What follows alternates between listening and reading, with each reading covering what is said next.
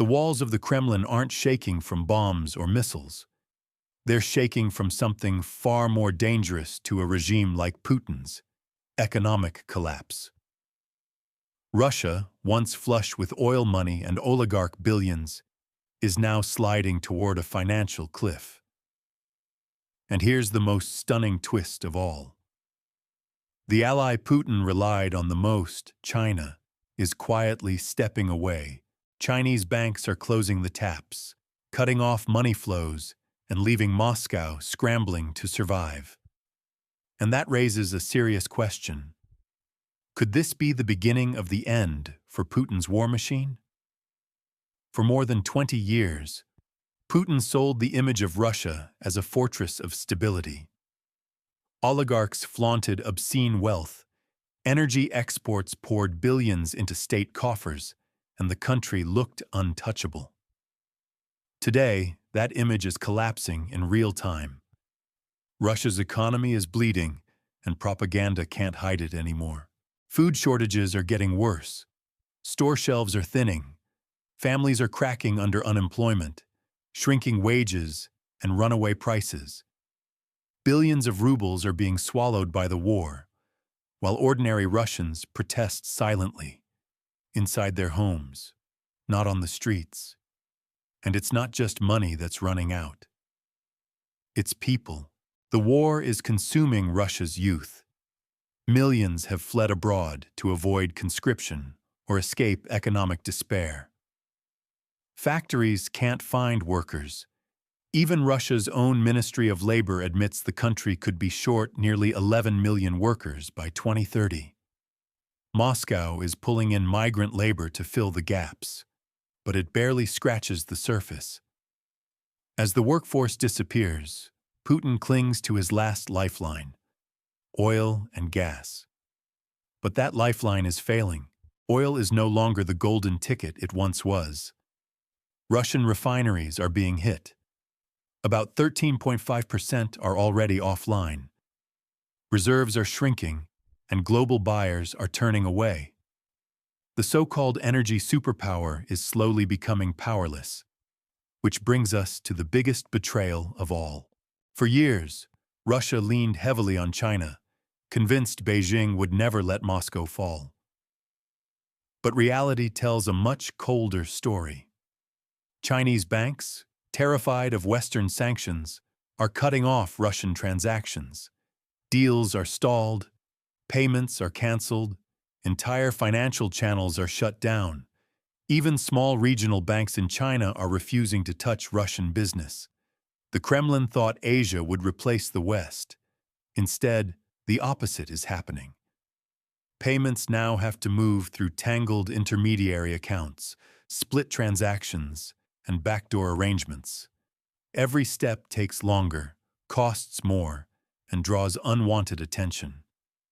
Russia's financial lifeline is fraying, and Putin knows it. Think about the humiliation. A partnership without limits, reduced to patchwork money tricks. This isn't just inconvenient. It's deadly for an economy already on life support. Inside the Kremlin, the math no longer works. Defense spending is exploding, while oil and gas revenues are collapsing under sanctions and forced discounts. Reserves are being burned at record speed, and budget deficits have already blown past targets halfway through the year. Every ruble spent on tanks and missiles is a ruble not spent on hospitals, schools, or infrastructure. Interest rates remain painfully high, choking investment. Consumers pull back. Businesses freeze expansion plans. Growth forecasts sink month after month. Russia is trapped in what economists call a narrow corridor. Raise taxes, and people revolt quietly through lower consumption.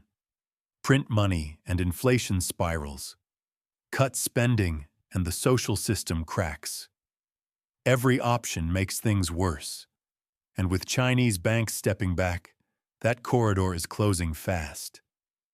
Meanwhile, Ukraine is exploiting Russia's weakness with brutal precision. Take the Novokubansk oil refinery, one of Russia's largest. Ukraine hit it with 17 drones, knocking out more than 4% of Russia's refining capacity in a single night. Even more telling, this was the second strike on the same facility in just 3 weeks. This isn't random. It's a strategy.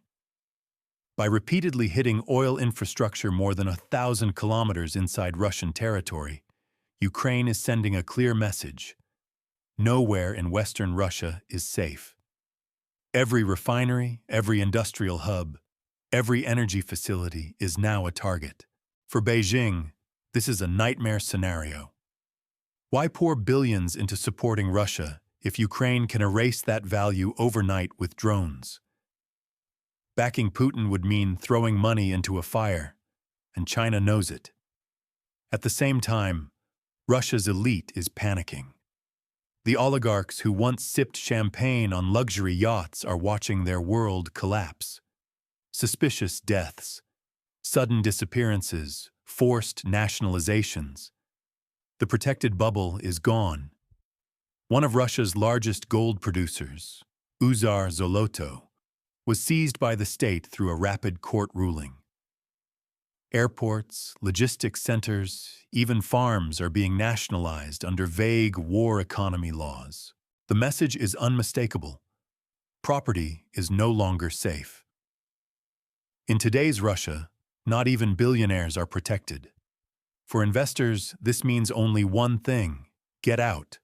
Capital is fleeing, projects are frozen, long-term planning is impossible. Economic stagnation sets in, with no recovery in sight. And Europe isn't easing the pressure, it's tightening it. New sanctions are targeting Russia's shadow fleets, intermediary channels, and sanction loopholes. The goal is simple: cut off Russia's ability to sell oil, import critical technology, and move money across borders. Each new round makes it harder for Moscow to hide, harder for China to help, and harder for Russia to survive. So where does this leave Beijing? Xi Jinping faces a dangerous calculation. On one hand, supporting Russia could mean cheap access to vast energy reserves. On the other, it risks massive retaliation from the West: tariffs, coordinated economic pressure, and military pushback in Asia. Europe could align fully with the US on trade. NATO could expand its footprint in the region. For China, the cost of saving Putin is simply too high. That's why Chinese banks are freezing deals. That's why even cautious financial lifelines are being cut. Beijing knows Putin isn't worth the risk. Back in Russia, ordinary people are paying the price. Food prices climb, rent rises, fuel costs spike, bills pile up, families delay even basic purchases, consumption collapses. The war economy creates jobs, but not real prosperity. Factories produce weapons instead of consumer goods, while living standards rot. Inflation stays high. Purchasing power erodes. Psychological exhaustion spreads.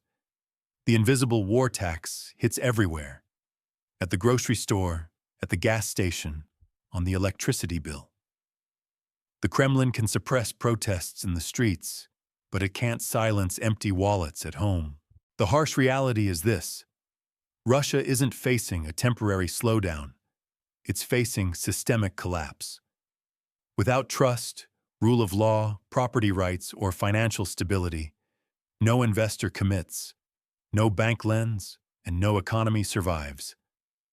The signs are everywhere: factories closing, banks tightening credit, capital fleeing, oligarchs quietly moving wealth abroad. The system is unsustainable. The elites know it. The banks know it. And China knows it.